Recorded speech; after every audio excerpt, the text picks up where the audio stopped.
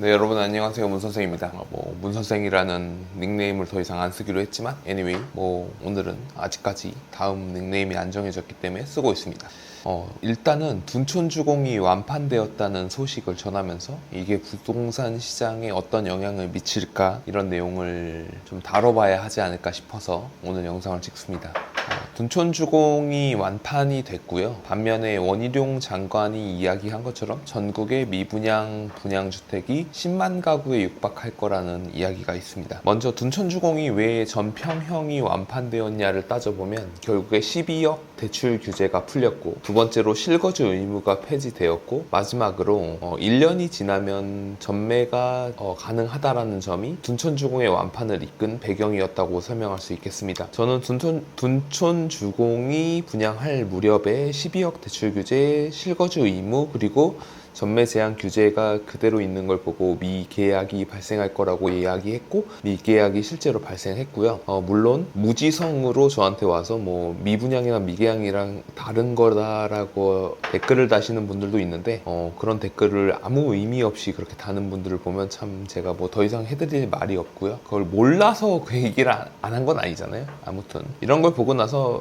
아파트 가격이 지금 바로 반등할까 물어보는 제 주변 후배들도 있고 지인들도 많아서 어떻게 생각하느냐라고 하는데, 일단 아파트 가격은 올라서 정체되어 있던가 내려가서 정체되어 있던가 갈아타기 좋은 시점은 어쨌든 정체되어 있는 시점이 맞다는 말씀을 드립니다. 그래서 취사 선택의 문제입니다. 지금 내려간 가격에서 매도를 하고 그 금액을 활용해서 새로운 주택을 매수하는 방법, 그러니까 가격이 내려간 시점에 내가 조금 싸게 팔고 싸게 사든가, 아니면 올라가서 매도하고 올라간 가격에 비싸게 사든가, 둘 중에 하나인데 둘 다 쉬운 방향이 아니죠. 내가 싸게 팔 때 손해보는 게 두려운 것도 사람의 심리로 당연한 것이고, 올라갈 때 조금 더 올라간 가격에 팔고 싶은 사람의 심리, 그리고 내가 매수하는 주택을 조금 더 싸게 사고 싶은 사람의 심리, 그것도 다 당연한 것이기 때문에 그렇습니다. 저는 서울의 아파트 가격이 반등하는 조건을 세 가지라고 계속해서 말씀드리고 있는데, 이미 이 이야기를 한 지는 벌써 2달이 넘었고, 첫 번째로 주택담보대출 금리 3.5% 이하로 유지되어야 한다. 이 부분은 조금 유지되고 있는 상황인 것 같은데, 두 번째로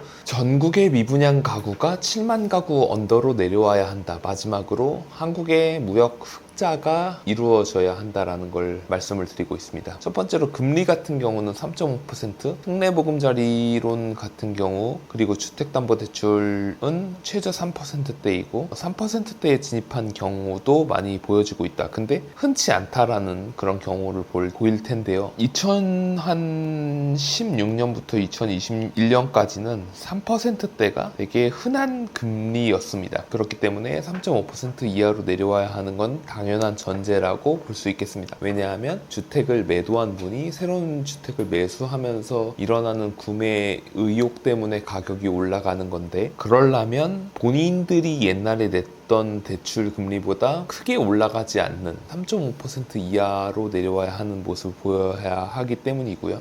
두 번째로 전국의 미분양 가구가 지금 2월달 기준으로 7만 가구를 넘어섰는데, 국토부 장관 원희룡 장관의 경우에 10만 가구까지 각오하고 있다라고 하고 있거든요. 그러면 서울 같은 경우 둔촌주공이나 영등포 자이 디그니티 같은 경우 굉장히 활황을 보여왔지만, 수유 칸타빌 같은 경우는 아직까지도 미계약 혹은 미분양이 존재하는 거라고 제가 알고 있는데, 그런 게 유지되고 있다면 서울의 아파트 가격이 반등하기는 굉장히 어려운 구조이다라는 거를 저는 생각해 보고요. 마지막으로 무역 흑자, 이거 너무 거시적인 이야기 아니야 라고 생각하는데, 생각해 보면은 2013년부터 거의 한 16년까지 한국의 무역이 어려울 때 건설 경기 부양으로 이거를 부양해 왔던 걸 생각해 보면은, 어쨌거나 무역 흑자가 이 시기와 13년부터 16년까지 주택 경기가 어려웠던 게 거의 일치하거든요. 그러니까 경기가 안 좋으니까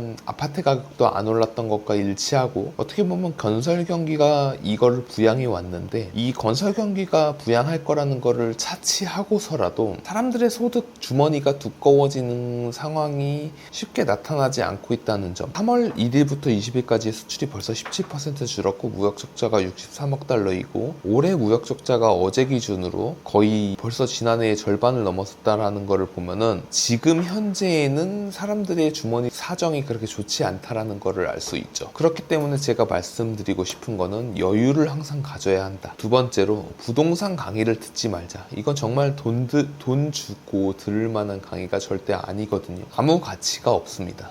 여기는 표현해놨는데 제가 아무 말 안 하겠지만 어쨌거나 뭐 이렇게 아파트 가격 오르니까 무조건 사라. 뭐 시간 지나고 나면 IMF 때 집 산 사람이 지금 후회하겠냐, 2008 금융위기 때 집 산 사람이 지금 후회하겠냐 이런 말 하는데요. 돌이켜보면 2009년에 반등하는 걸 보고 추격 매수했던 분들이 8년 동안 7년 동안 묶여 있다가 그때 회복되는 가격에 섣불리 매도했던 거를 보면은 굳이 왜 반등의 기미가 확실하지 않은데 지금 사서 30년 지나고 보니까 가격 올라 있더라라고 하는데 10년 동안 묶여있을 생각을 하시는지 전 잘 이해가 안 가거든요. 업자분들이야 자기 강의 팔아야 하고 수강생들 수기 팔아야 하니까 그런 말들 쉽게 하겠지만, 그리고 뒤늦게 뛰어든 업자들도 쉽게 그런 말 하면서 자기 강의 따라와라, 뭐 임장 같이 다니자, 뭐 다리가 아프다, 뭐 이런 이야기 하는데 전혀 그런 거를 듣고 다닐 필요가 없는데, 제가 이런 이야기 하는 이유는 저는 업자도 아니고 저는 회사원이고 제 먹거리를 회사에서 받고 있기 때문에 이런 말을 자유롭게 하는 건데, 부디 제발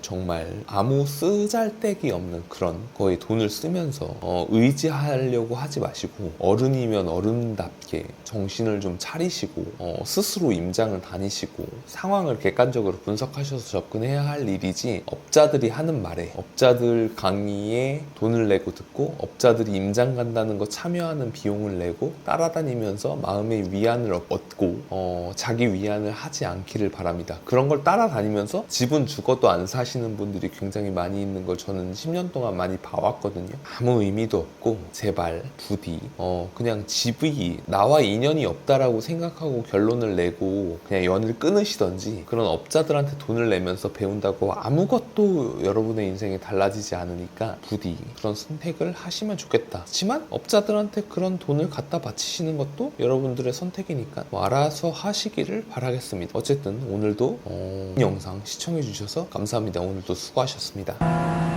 오늘도 긴 영상 시청해주셔서 감사합니다. 오늘도 수고하셨습니다.